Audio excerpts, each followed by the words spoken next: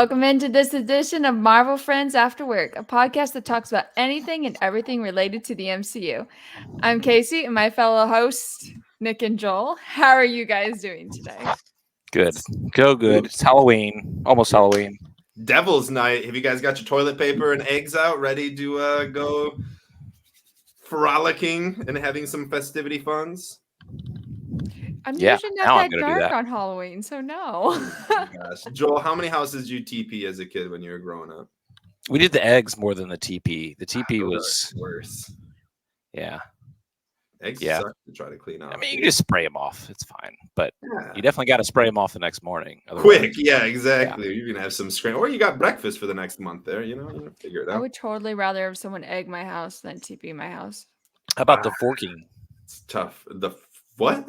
Forking when you stick forks in someone's yard, like the whole yard's full of like plastic forks. Way too much time on people's hands. In my day, forking meant something else, so I don't know about that one.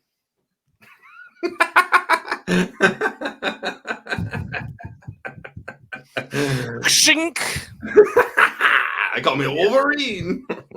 Okay. Yes, that would be perfect.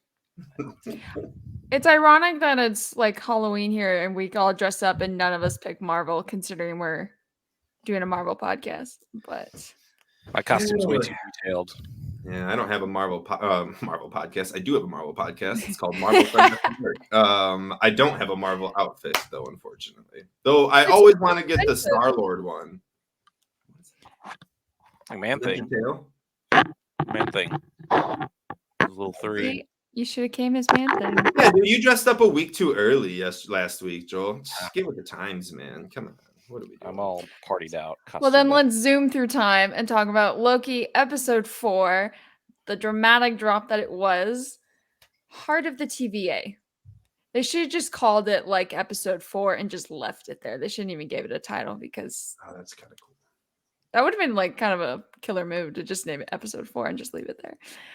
Let's talk as I guess I'll ask, what was your guys's, beside the obvious elephant in the room at the end, how'd you guys like the episode comparatively to the other 3 so far? Right up there with the top 2. It's in the top 2 out of this season so far. So much sci-fi, much sci-fi going on. I love it. This whole series has been outstanding. Even the filler episode in episode 2, which wasn't the best, was still pretty dang good. Better than any episode from any show we have seen over the last year and a half, in my opinion. So I was very excited when we got this episode. More Victor Timely. That's what we wanted. We got to find out the secret. We got to do a bunch of stuff. We saw Mom Spaghetti. It was phenomenal. The ending was a great cliffhanger. I cannot wait to talk about this episode, to see the rest of the show. It's all going to be great. Well, you said it. You said we found out what the secret was, which was about Ravonna. I'm assuming is what you were referring to. And let me just say, I called it. Nailed it. It was my theory. Nailed it. Nailed it 110%. Nick, you upset that I got it right? Yep. He left the room because he's not happy about it. But you totally did. And we even made a nice little video clip, which I don't think we've posted yet. But I'll maybe post that if you want to after this. Yeah. Totally. The world needs to know that I called it first. I was not mad. I'm sorry. I had to deal with some family stuff. I am proud that our team continues to predict this stuff. We look so good. It makes me look good because I'm not predicting anything correct, and you two are killing it. So it makes me look good because I'm associated with you guys. So keep up. What this means, if they're listening to us, we actually Kevin Feige is probably like one of our subscribers. He's listening. He's taking our ideas. That's what's happening. I haven't fully got my theory yet because we still don't know why he decided to wipe her memory. I mean, I guess he doesn't do partners. So that would be one reason why he wouldn't have wanted her all that time with him to be ruler. But they didn't quite clear that up exactly. Beside the fact that when she leaves, he kind of says sorry to himself, to nobody there. So obviously it wasn't an easy choice. So I was just curious if there was more of a reason behind it. I still think it could be possibly because she's doomed to die in some way, and so he's trying to protect her. I still think that's really possible, which would be cool. Either that or she's going to sabotage him or would sabotage him. And he already knows that because he's already seen the future somehow. And so he's like, nope, like that. Let you take over. You'll screw things up. Or it's just, and possibly that he's been let down before. There, like anytime anyone brings up being partners with him or being one with him, like he immediately goes to no. I cannot have you in my life. I am an isolated person. I am a solo dolo. Call me Han Solo if you want. I'm by myself. So whether it was Ravana back at the time and he's already seen that, or someone else that he trusted that let him down, it is now anyone that comes into possible connection with him. He just gives them the boot real quick. I like that would be interesting. He probably teamed up with somebody as he was young, Victor Timely, and they stole his ideas and sold it, made it rich, like Edison or somebody. Yeah, it probably was Edison because that's all he ever did, man. So he didn't seem very happy with Edison. No, well, Edison literally just steals Thomas Edison created the light bulb. No, he didn't. He just marketed it well and got the name for it. So he works at copywriting. You know what they say, marketing's everything. There you go. That's true. Hey, if you're going to invent something and just like put it in your closet and sit on it and tell your neighbor about it, then I'll capitalize on it. Like, fine. It's true. So we picked up exactly where it left off. And last time Victor walked through the door and he walks into the TVA. And the most shocking thing about that scene to me was that Sylvie was there. Like she walked in behind like Loki and Mobius. And I was like, I truly didn't think she was coming back to the TVA. Not yet. So I was shocked to already see her coming in. So it was Timely. He was like, oh, now it's a party. Yeah, right. That's a great response, too. I was assuming he was like, you just tried to kill me and now you're here. Yeah. And they're trying to convince him to join their team. And then she pops through the door. She's like, oh, so she's on your team?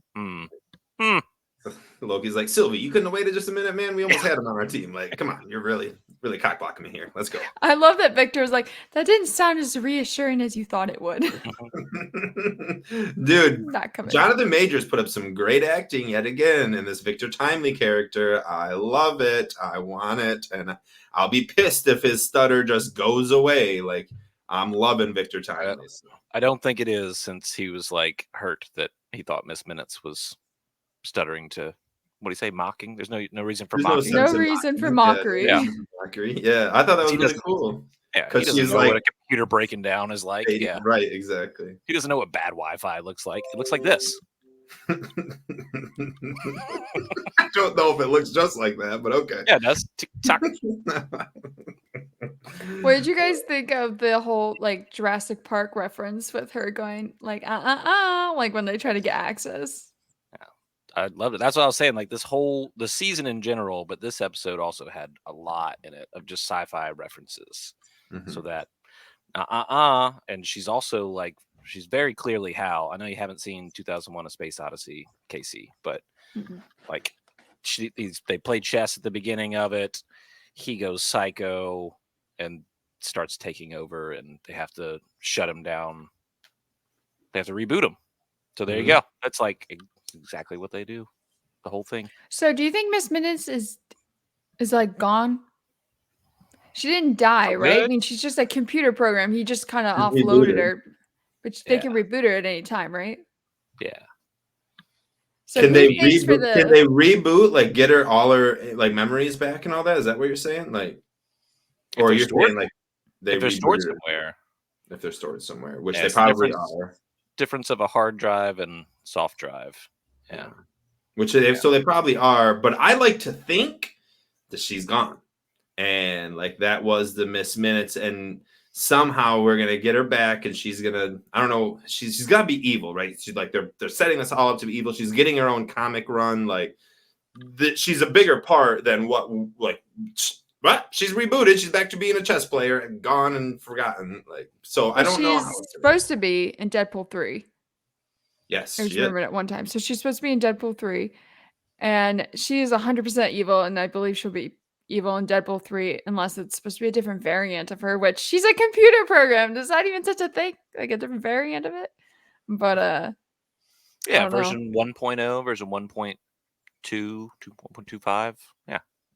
3.0, the max. Yeah. Like Ultron. Ultron kept making better versions of himself. Upgrading.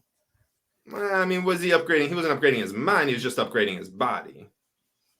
I mean, when he was learning about humans and stuff, he was, yeah. But fair enough. I won't push the point. It's fine. Right. What do you guys think when Miss Minutes was like kind of like dying per se off, and she's like, "Wait, I gotta tell you something," and you started to get the impression like maybe this is important. Maybe there's like something here, and it's just like you'll never be him. I was like, oh, none of mine. You're like you're building the moment to nothing. Yeah. Oh, you didn't like that? Like you what? So she's just telling Victor like you'll never be Kang. Like no, you thought it was gonna be something like important, like something valuable to like the plot, and she was just nope. She's just whoa, you don't think it? Okay, so my opinion is that she says this, and that's gonna drive him to be be him, or I don't like. Well, I mean, he's Mom Spaghetti now, but like that was like the idea behind it. I mean, I guess that makes sense. I mean, he did just get spaghetti. You're right. I was kind of thinking that was like really gonna drive him, but you're right. I kind of forgot that he. I mean, he's a con man, so he totally seems like he would have taken the safe road out and been like, "Oh yeah, go ahead, Lucky. Good luck, bud. Hope you can run fast." Instead, he's like, seems like he has to prove something, and he doesn't do a good job. Do you guys still feel like he was a good guy or a bad guy? I think so. I never trusted him. Since we're doing all of the timeline logic, like they've literally just been doing the bootstrap paradox and like going back and changing things that changes your future. I think he's going to be like a self-fulfilling prophecy where he becomes bad basically no matter what. And it won't be until we get the Iron Lad, which is, the young Kang, baby Kang, young Kang. And that's when you'll have somebody that breaks that cycle and actually. Yeah, I do not think Victor Timely was that person, but I like to think that possibly he was. Maybe this was the variant. This was the good variant, and he showed the glimmer of hope, right? Right, exactly, right. So he was scared for his life. Yeah, yeah, exactly. So I to answer that question, I still kind of think he was like a good guy, bad person when it comes to like conning people a little bit, trying to sell stuff that wasn't really working, but ultimately. Wasn't terrible, but I mean, he showed us a lot of signs of the ball, like his whatever. What was his? This is my prized possession, or whatever. The throughput multiplier is what they call it. It looked exactly like what was in Quantumania, dude. It looked just like the Quantumania ball that was the ball, right? So not the ship. A lot of people were saying it looked like the chair. No. The controller that Janet steals out of the chair, the little ball, and then they blow it up, and it looks it's huge, and they got to go in it, and that's where he gets all his variants. That's what that looked like. It had all the spinning cogs stuff. It looked just like that. Everything about it looked just like it. And then the more you look at it, the windows of the TVA look just like it. Like it was all for sure connected. So I don't know. Oh man. See, I don't trust Timely. I never did, even when he was helping them work on it with Casey and OB, and like every scene, I think they were designing it that way. There was every single scene, there was lines or moments where you're like, this is it. This is when he's exposing himself, and then like he doesn't. And it just turned out it was an innocent play of some sort. But the fact that this was his invention, and the fact that he decided he wanted to go out there to do it, maybe he knew he was going to be. Well, because when he was spaghettified, my actual first thought wasn't that he was destroyed. It was the fact that maybe possibly every strand of spaghetti that you saw goes into different timelines. So then he's spread throughout the timelines, which might have been exactly what he wanted to do. So I still don't trust him. I still think he knew what he was doing, in my opinion.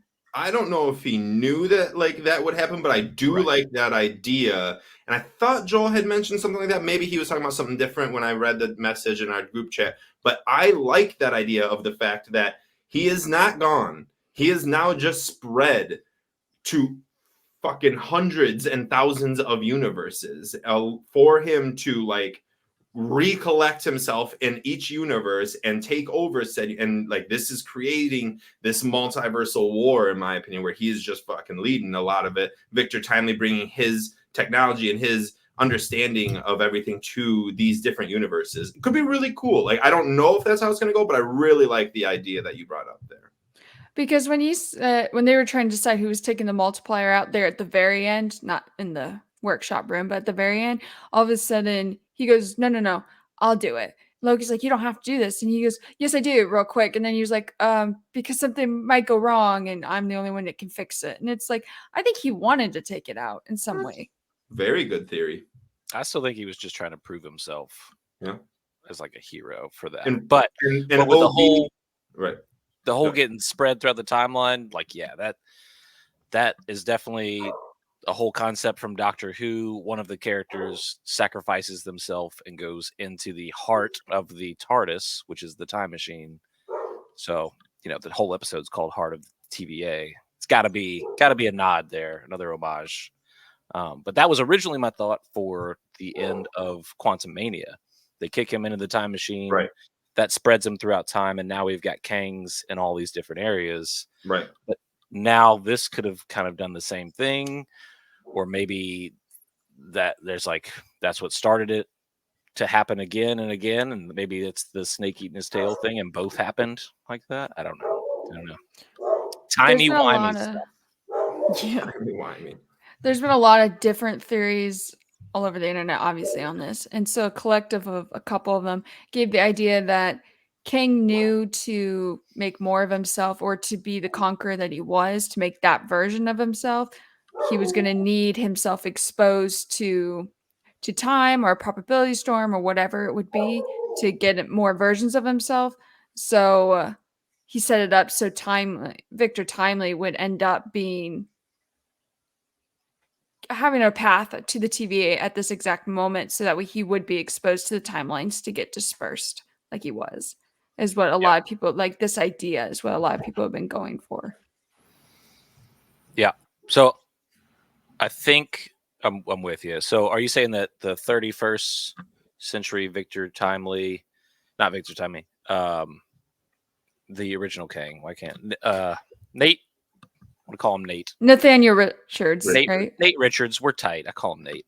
Nate Richards, 31st century scientist. He does all this stuff like he said he did. Then he gets kicked into the time machine in Quantum Mania, and then gets spread throughout time, which would give you a Victor Timely who has no idea who the hell he is, and maybe a Rama Tut who has no idea who the hell he is.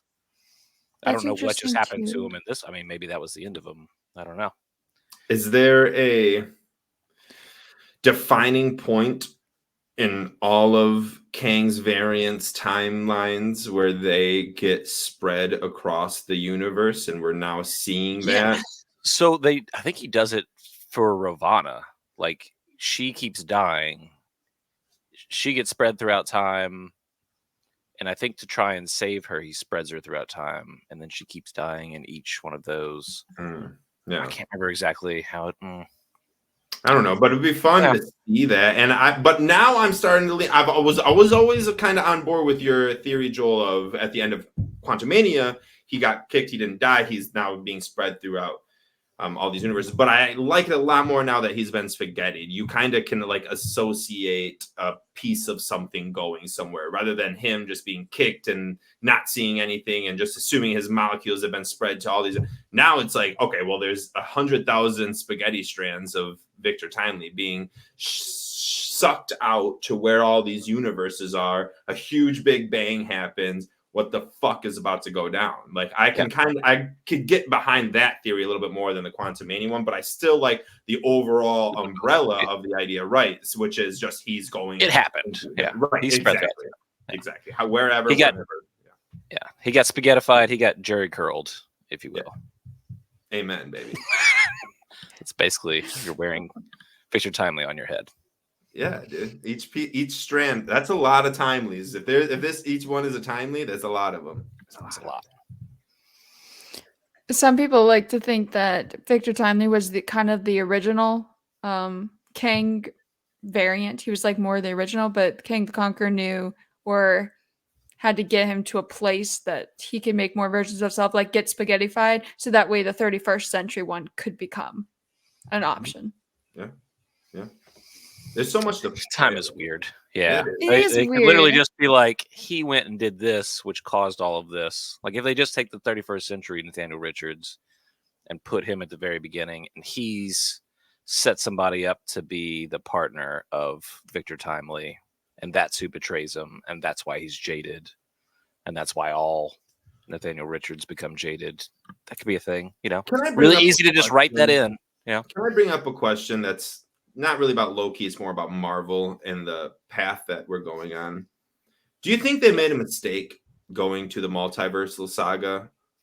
Do you think they could have done a different run or a different saga? It could even be like the galactic. Like, would there be more people tuning in if it wasn't such an like crazy idea theme, in my opinion, like as opposed to just Thanos's kind of all around, he's trying to get these stones, let's get the next big bad in here, Galactus or whatever. We'll have 30 movies based around him, even though it's not based around him, he'll have something to do with all of them, and towards the end we'll have this climactic.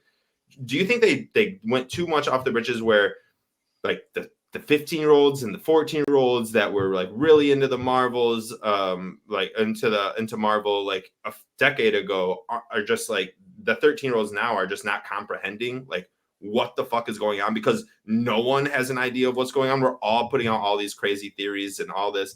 Do you think they made a mistake, or are you guys happy with where we're at in the multiverse saga? You want to go first, Casey? I would say it wasn't necessarily a mistake. It's a creator's decision. This is where they wanted to go. I don't think they were ready for it yet. I don't think they had it planned out to a T how they were going to tackle it. If Kang is somewhat the big bad, I get it. Thanos and the Infinity Stones weren't established super early on in the movies, but there were hints of them, especially looking back, even though they didn't realize that at the time when they were making the movies. But there's nothing in any of the other movies that relates or touches or is involved with Kang, and Kang is the big bad. And that's the problem. You had the Infinity Stones and you had Thanos. There were two separate things, really. Thanos just won the Infinity Stones, but it worked. With Kang, it's just not that way, and it's not making it tie in together. I think they should have did a phase of like the Secret Invasion. I think it would have worked really well after the whole snap issue and the blip when everyone disappeared and comes back, and then you had the Secret Invasion now because so many people were gone. I think they could have transitioned into that phase really, really well, and it would have been really nice. And then maybe go into a multiverse, in my opinion. I think they should have and still could like retroactively do it. But if you just made half of the products that they put out multiverses, like, you know, we theorized that Moon Knight could have been a different multiverse, but that one, She-Hulk doesn't seem to fit in ours. Eternals definitely didn't seem to fit in ours. I feel like if you just spread those out and you were like, yeah, these are multiverses, then it would completely make sense why it didn't seem to fit in the main MCU. Like, still good shows, but just completely different to the feel of what you're used to. How dare you say good show and Eternals in the same sentence? You're not allowed to do that.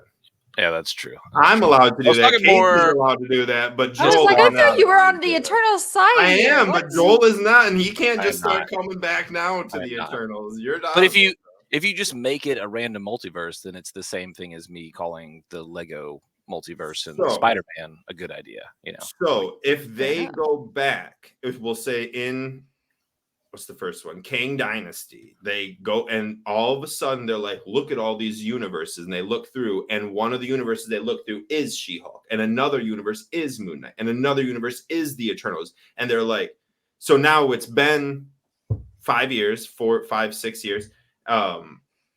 And they're like, see, they were all different universes. You just didn't ever know. Does that make that cooler? Or does that make it like, dude, you guys didn't know what you were doing, and now you're trying to tie it together? I think it's that. I think it fixes it a little bit. It puts a nice little like, oh, see? Because I doubt that they had the Thanos theory during the first 3 Avengers, right? First three movies, the first phase. No, they didn't. But they had the fucking thing that Loki wanted. The Sector. Tesseract? The Tesseract. Thank you. Like, that was already a part. So it's like, it was easy to fit the stones in and be like, oh, let's just throw a couple more Infinity Stones in. We'll sprinkle them in, and we'll tie everything back to that scepter, that Tesseract, and we'll it all plays together. It's been Infinity Stones have been here since day one, and it's like, wasn't Thor 2, or was Thor 2 after Avengers with the ether? After the reality? Iron Man 2 was before. Okay, then yeah, that totally fits. They're probably like, let's see if we can make a team up in the Avengers movie. Let's see if we can make it work. And if that works, then we can stretch with some crazy ideas. Now we know it works, and they're just giving us nothing. But what they can do to tie it all back is, like I said, just at the very end, just have Kang be like, look at all these different universes. This is happening on this universe. This one's happening on this universe. This girl is talking to the creator of everything, Kevin, in this universe. Like, there's a ton of different, there's the Illuminati in this one. There's this and this one. And you're like, oh, so that's why it didn't make sense. That's just feel like low-hanging fruit cop-out to me, man. I don't like at that point, just tell us in the very beginning, but you just don't know. I just wanted to ask that. Like, I kind of think Marvel fucked up by going to this multiversal saga, and now they're in it. They're just in it. They have to do it. They have to deal with it. But to like start after Endgame, I don't think they knew what they were doing. And I think what Casey said would have been way better if they would have led from saga the Endgame 2. The Secret Invasion saga, and you could have actually had a Secret Invasion story phase that played out just like the comics, which is what we all wanted to see, which was Avengers versus Avengers, and no one knew who was not Talos versus Nick Fury versus Kraglin, or not Kraglin. What's the bad guy's name in Secret Invasion? I forgot already. Gravik. They fucked that up, but that was such a cool phase that could have happened instead of just one 6-episode show. And I just think they fucked up with this multiverse saga, and now they're kind of in it, and they had to deal with it, and hopefully they bring it all right. I just wanted to know if I was the only one who thought that, so I wanted to ask that. Sorry, honestly, I had just wiped Secret Invasion from my mind when I was talking about like the not so great shows from this phase. I was thinking like Miss Marvel, and I didn't like Eternals. She-Hulk I didn't really like. Miss Marvel was actually pretty good. It just wasn't for my age group. It wasn't for my age group. To be honest, Hawkeye wasn't that great. It was cool. There was some good stuff, but it was not that great of a show. Like no show outside of Loki and then WandaVision, because WandaVision is just the go. Even Moon Knight, I just think that we could have done. We all know. I don't need to beat a dead horse. I don't like the shows. But this show was written for me. It's written for me. It's all sci-fi. It's paying homage to all the sci-fi, and that's like all the movies I watch. I've watched probably too many of them. Continue. We're going off the rails. Sorry, Casey. We are very derailed. I hate to do Unless that. you want me to tell you all the movies. I was kind of interested in hearing what Nick was saying, to be honest. But Loki is the one thing, not just as a segue, but Loki is the one thing that really is nailing the multiverse, obviously, because that's what it's centered on, but it's pulling, it's lifting the weight that the other shows and movies are lacking. It really is. Spooling things back together. Spooling, there we go. That's exactly what it's doing. Spooling things back together. It's like when your old VHS tape like loses all its tape, and you got to spool that tape back together. You know what I mean? And you're like, all right, it's back, baby. We're good. Flip it in. Okay, we talked crazy about a lot of the theories about the end and just Victor and stuff, but let's kind of go a little bit in order just to talk about the scenes. There's so many great lines, so many great character moments. We kind of already talked about the opening with Ravonna and Miss Minutes. Kind of in the beginning we got a really neat scene with B-15 and Judge, I wrote her name down, Judge Gamble, the lady who is more in the wheelchair and stuff. And they had weird looking character, by the way. I do not like her. Nick, that's what she looks like in real life. Congenital birth defects that you're making fun of. Sorry, dude. Like, I don't care. This is like it's not for me. I'm sorry. Mr. defends the hell out of the stutter, and then if you would run into her at the grocery store, that's what she would look like. And that's fair, but don't put her in my Marvel show. Sorry, dude. Like, I don't. What am I supposed to do?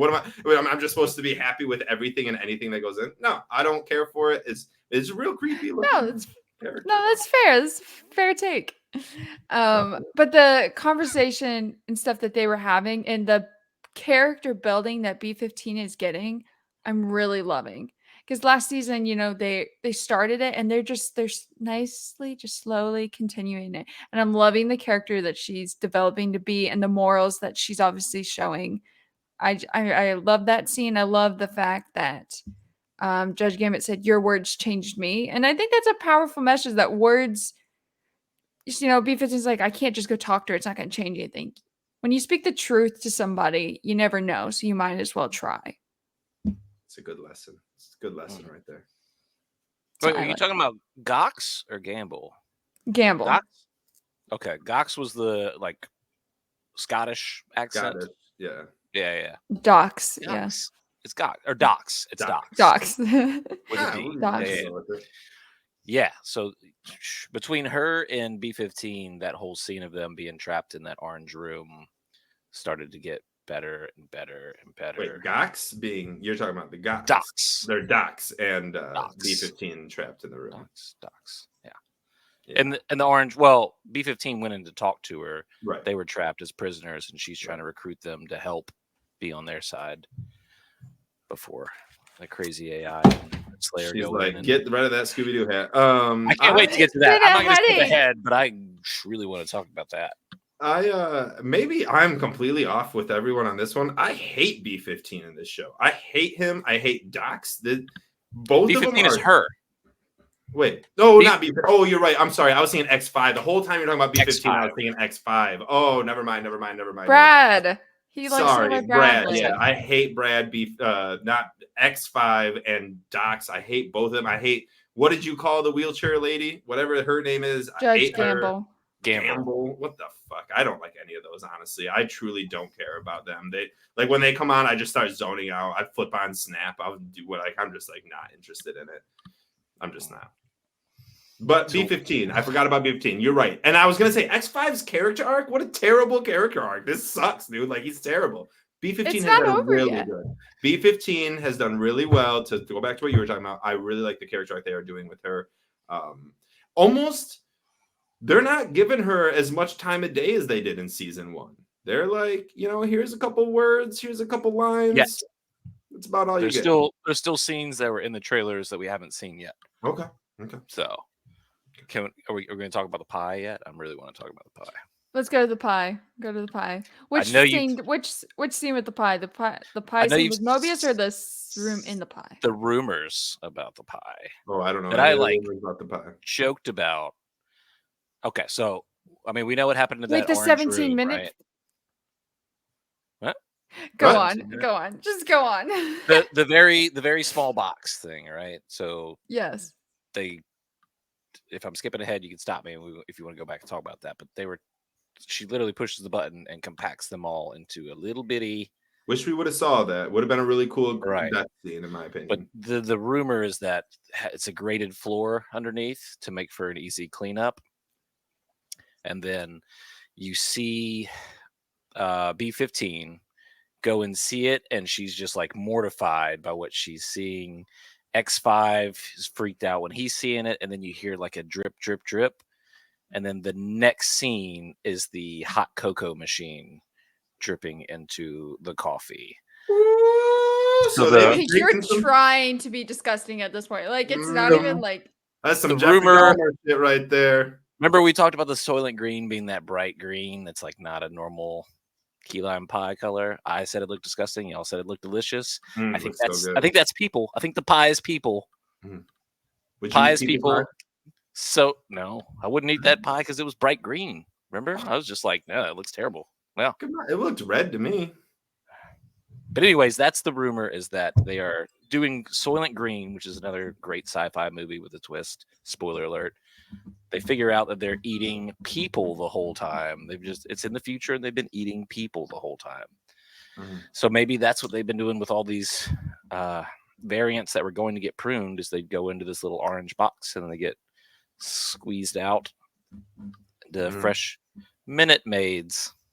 Yeah. Miss Minute. I have no comment on that. That's just a stretch to try to make something out of nothing, in my opinion. It's pretty common rumor. We didn't see what B15 was so horrified about, right? Right before she walked into the room with everyone. We didn't see that, right? We just assumed that it was no one's in the room. No one's in the room anymore. We just assume it's the box with a bunch of like dead people crushed up inside. Yes, of it. She does say they're dead, not that they're gone, that they're dead.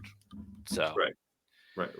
I don't believe it, but I'm down for it. Give me some Jeffrey Dahmer vibes to this show. I'm always here for everything like that, so that'd be really cool. Because then it would be really, really interesting to see what Mobius thinks of while he's drinking his hot cocoa and eating his pie.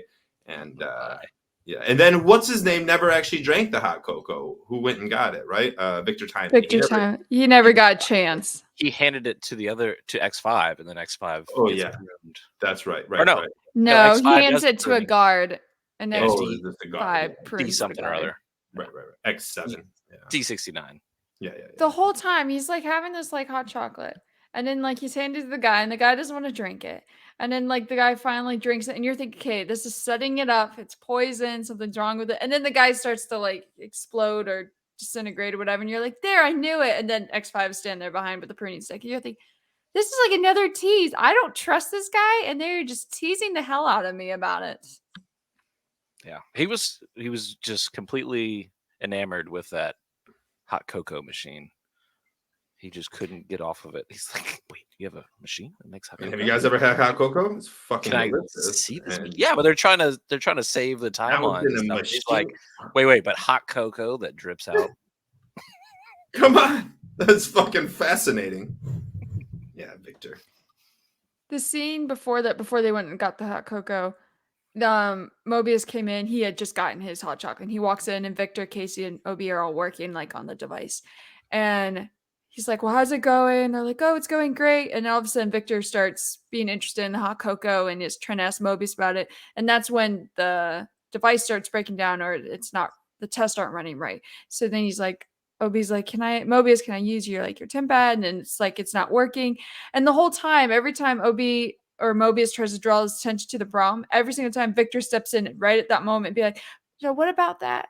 Can you take me to get some of that? Can I have some of that? And I was like, see, he's distracting them. I think is that Victor just did something to the device and they thought it worked.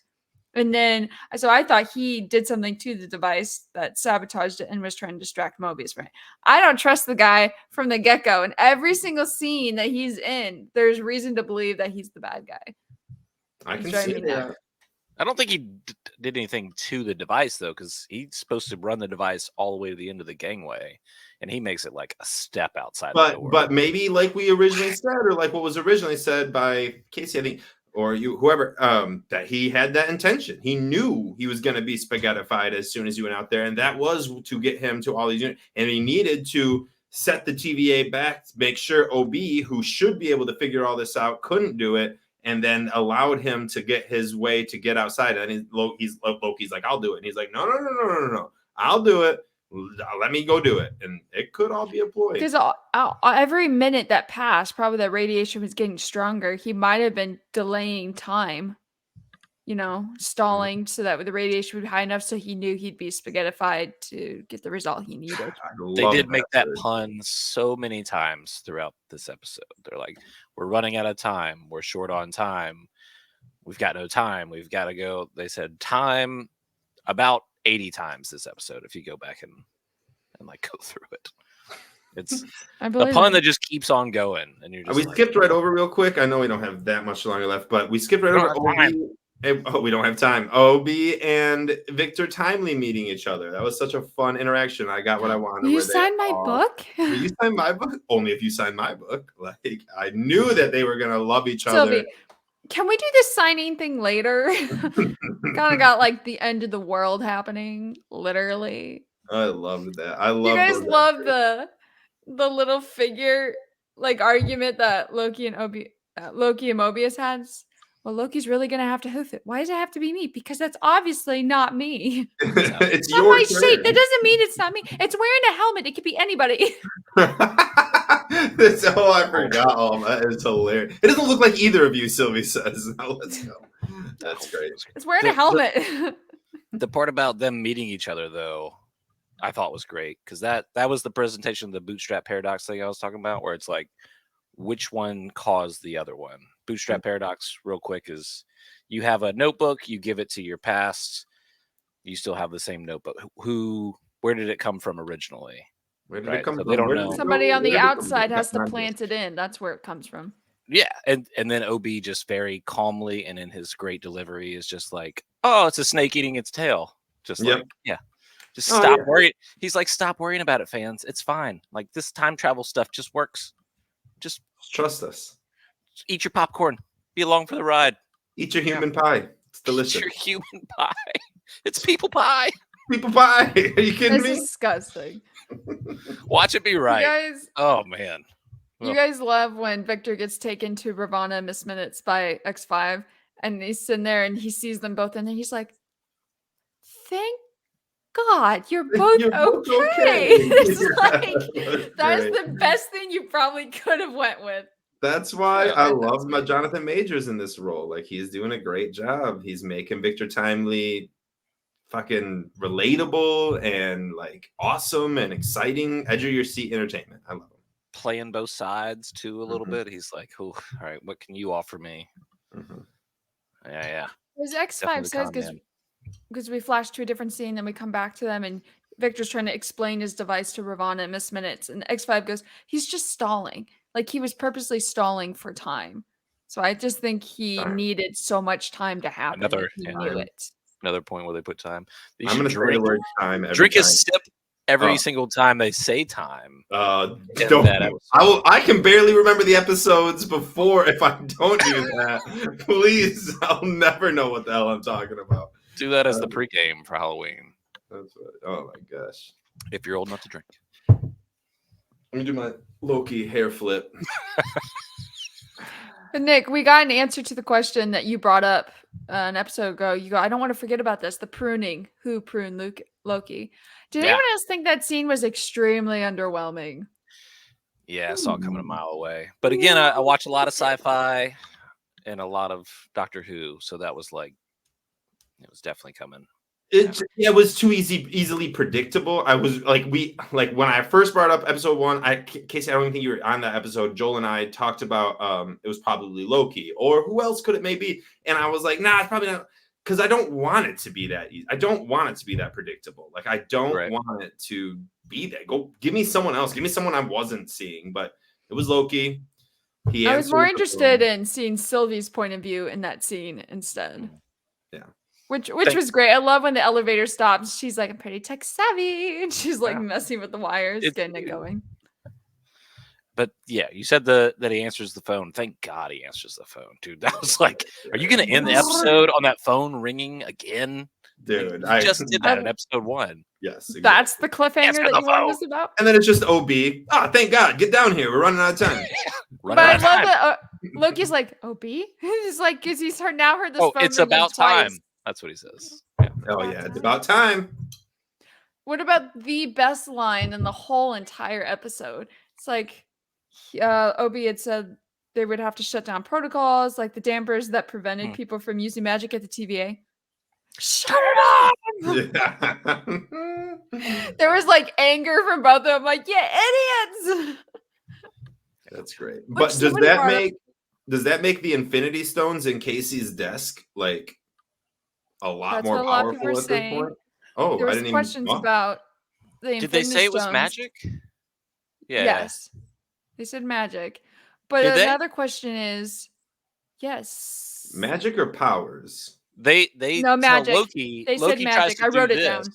They say that, and no, in this episode. But when Loki tries to like vanish in the first season, they're like, magic doesn't work in the TVA, which doesn't necessarily mean the same thing that powers the stones is magic. That's very true. Right. It could be a brave person. And if they do, then you're right. They should just start grabbing tesseracts and just like blipping out of there. Pew, pew, pew. Yeah. Or maybe a time stone. Maybe a time stone. There you go. Just whoosh, roll it on back. Speaking of time. Yeah, right before we wrap up, I want to leave us with one last thought. Somebody had said, could it be possible that somebody else who's left in the TVA has magic and doesn't know it? Could Mobius have a power or a gift? Could Ravonna have something? Could Casey or OB? Like, the question is there somebody else there that might have like a power and just doesn't know it? Yes, he's magic at writing. Because all their memories are wiped, so they might be magical and don't know it. Here's what I hope happens. Oh, can we do hope happens for the rest of the season? I hope he knocks a knockoff Russian energy drink onto a jet ski, and that becomes a time machine. Episode 5. A time Dream machine. big, man. I like it. Hot tub time machine, but jet ski time machine. I'm all about that, dude. I'm all about that. I do think someone else has magic powers that we don't know. Probably Mobius. Does Mobius have anything is he comic related? Does he do anything? No, then probably not him. No, but I hope he gets something. As in, like, he can turn half of his body into a jet ski, and he's like, so what's like a centaur, but like centaur, but a jet ski centaur is exactly what I was thinking of right there. Thank you for helping me out. Yeah, so like that would be really cool. But I mean, other than that, I don't know. Leave the magic to Loki and Loki's variant Sylvie, who I always forget that she's a variant of Loki. Like I just never think about that. She never uses her powers. That's why. Like you see her because they're stuck at the freaking TVA. Yeah. So, well, I mean, we got to see it this episode. We got to see her take over X5, which is very much like a Terminator 2 reference where he's pretending to be the mom. Yeah. Okay. Well, I think that kind of wraps up this week's for Loki episode 4, and there's supposed to be some really talk about the ending. Did we talk we about did. Did we? Oh, I guess we talked about him getting Victor. I feel like the best part of this episode was the ending, the explosion. I don't think we touched on it at all. We should probably get a few comments in, even though I'm the one that's pushing us up. For sure. Do you want to start it? No. Okay. It was what we didn't talk about was the explosion of it all. But like there's the whole scene leading up to it and stuff too. But the actual explosion. What was your when you saw it? What was your first initial? What was happening? Self-pruning. It looks exactly like what the prune stick does to people. It turns into that bright blue color, and the orange goes out, and then everything turns into that blue, and then it disappears. So I think I don't know how you prune timelines. All the universes are going to end up in the void. It's going to be so crowded. I mean, that would be a really great way to start the Secret Wars. Ravana's just sitting there on a rock because she got pruned, and all of a sudden, like a big incoming comes. Oh my word! Yeah. Oh, is Elias still running? Or did they? Yes. Did they defeat him? The beast.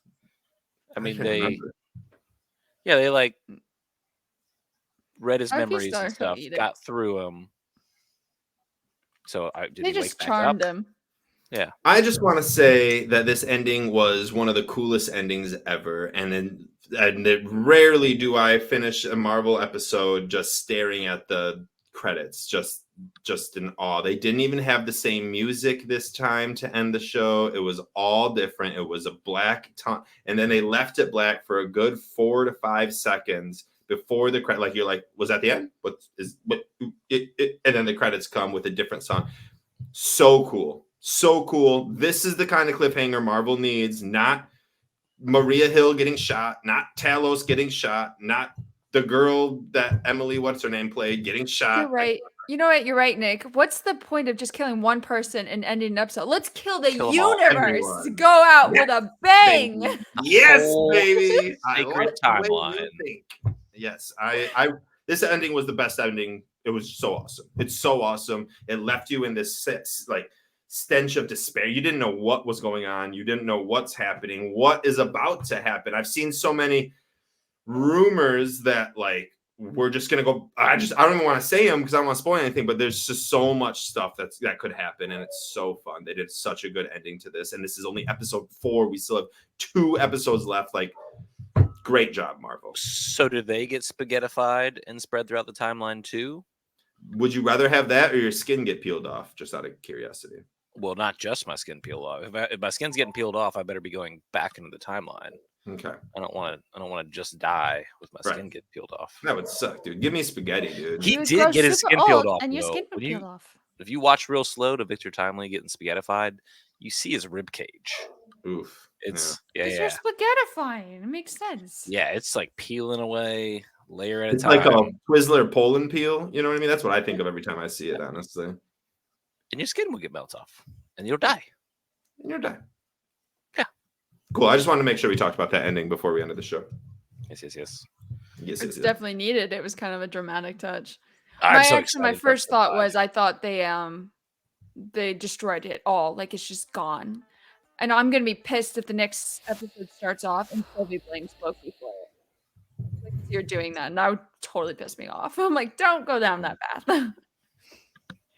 Okay, well, I think that's pretty much it for episode 4 of Loki this week. We're jumping on next week, hopefully sooner after the episode airs right away. But so we're jumping on episode 5, and then there's only 1 week left, and then the Marvels, so a lot coming up. So subscribe and tell your friends about us, and look for us next week. See you guys.